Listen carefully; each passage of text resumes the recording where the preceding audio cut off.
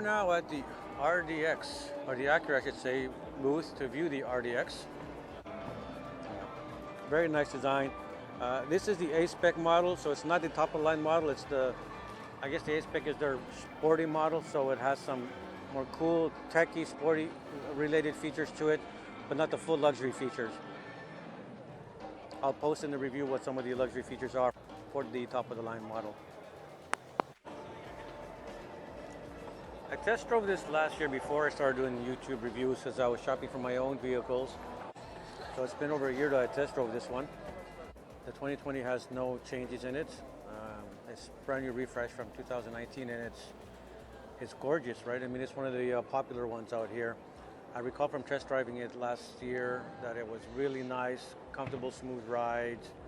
The 2-liter turbo, I believe, has 272 horsepower and 280 pound-feet of torque. So that's pretty good.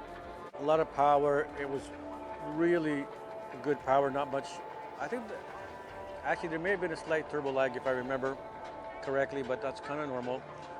And with the all super handling feature that they brought back for this 1920 models, it really did handle very nice. I mean, I didn't have it on a track, of course, but just zipping around town and taking some off ramps with it, it handles really nice for an SUV, of course. This model has 20-inch rims on it. That's pretty big. I'm not a big fan of really large 20-inch rims. I want a comfortable ride because even though it's got good enough handling, it's an SUV, not a sports car. I rather have like an 18-inch rim with higher sidewall for more comfort. That's a personal choice. I do like the two-tone black thing that they got going on though, here in the bottom.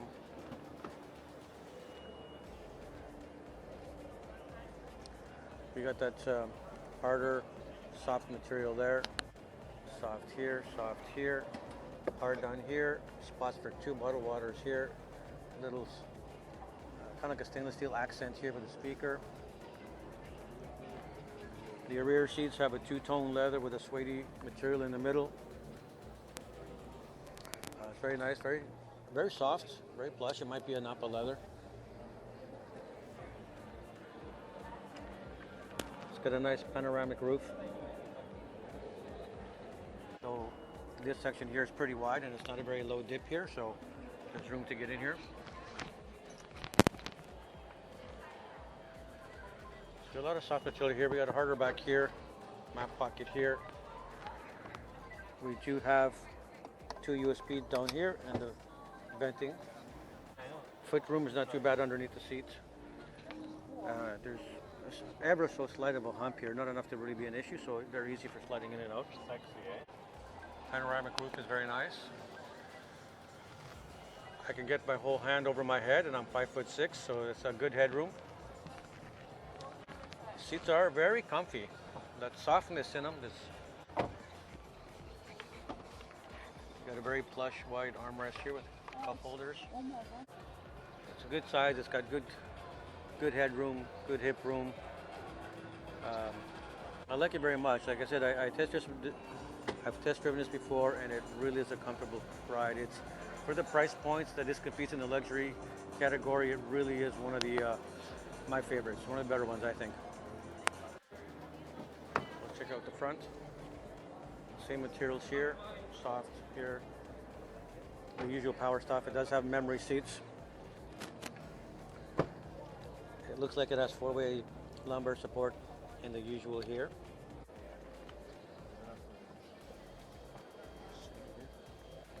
Okay, here we have some of the regular buttons for lane keep assist and forward collision warning, traction control, brake hold, and those usual things.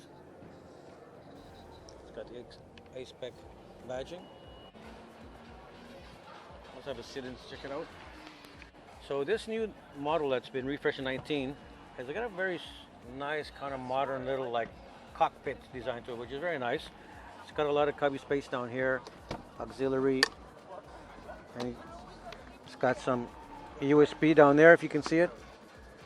So can't get the lighting down there. So it's got USB and all that kind of stuff there, lots of space here. It's got a smaller spot here, and this slides forward so you can get a better position to rest your arm. I like that. This opens up here, and there's room for stuff here. There's another USB slot, cup holders. There's a spot here to rest your hands, and it's got one of these touchpad type for controlling your media and stereo. Now this does have the drive, neutral, park, reverse, and this kind of fancy new button stuff. I don't really like that stuff, but maybe I'm just old school. A lot of people like the new techie way of doing this. The engine shut off thing is a button right here, so you can turn it off when you want. So it's nice that it's here and not hidden somewhere like some cars. A lot of hard touch buttons again for your climate control and volume and station, so that's kind of nice for that. The steering wheel seems to be very typical here and here. You got the heated steering wheel here. Lane keep assist here, some options. It does have the paddle shifters. This model, the steering wheel, telescoping and adjustment is manual. We have analog tachometer, speedometer, and a digital display in the middle, as most cars are having now.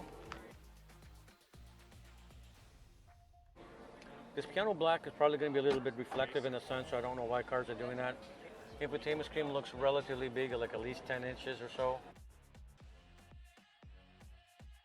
It doesn't stick too high. If you sit in it, I can still see the hood above this, so it's not as high as to block the road view. Over this side, we have the rubbery hard stuff here, soft stuff. Felt like more like a suede felt kind of material here. Not too big of a glove box. We have sunglass holder and the usual buttons up here. Garage link for the home link here. Again, a panoramic sunroof. And overall, I recall from test driving this car as well last year that it's really comfortable. The seats are really comfortable as well. The ride is on I won't say it's on the smooth side. It is an SUV, so it's not a bumpy ride, but it has good handling, so it's got a balance of decent handling with a decent comfort ride. It's not a soft ride like, for example, the Nissan Murano, but with the sporty features this has, it's not intended to. Overall, this is one of my favorite for the luxury brands. It's modern looking, it's fast, it handles good, it's gorgeous exterior, it's gorgeous interior. It's really a great option. Definitely for anybody who's looking for an SUV, compact to mid-size.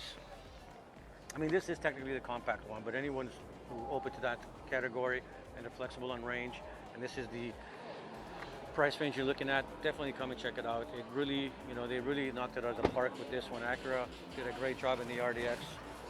This is the Apex model. It's somewhere between the middle. It's like a sporty techie model, so I'll post what the other trims are, pricing and power, and different features of the different trim levels. It does have a power liftgate, as you can see there. It's got a very good cargo size.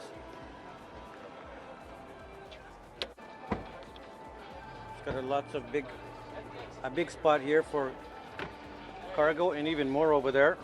So lots of cargo space. What is that over there? What does it say? Okay, that's for the jack and stuff. We got a little hidden spot there for the jack, so it's separate. And on top of that, you can also hide something. Now it says the spare tires under there. I think it's probably underneath the car. Yeah, look at the size of those exhaust pipes too, eh?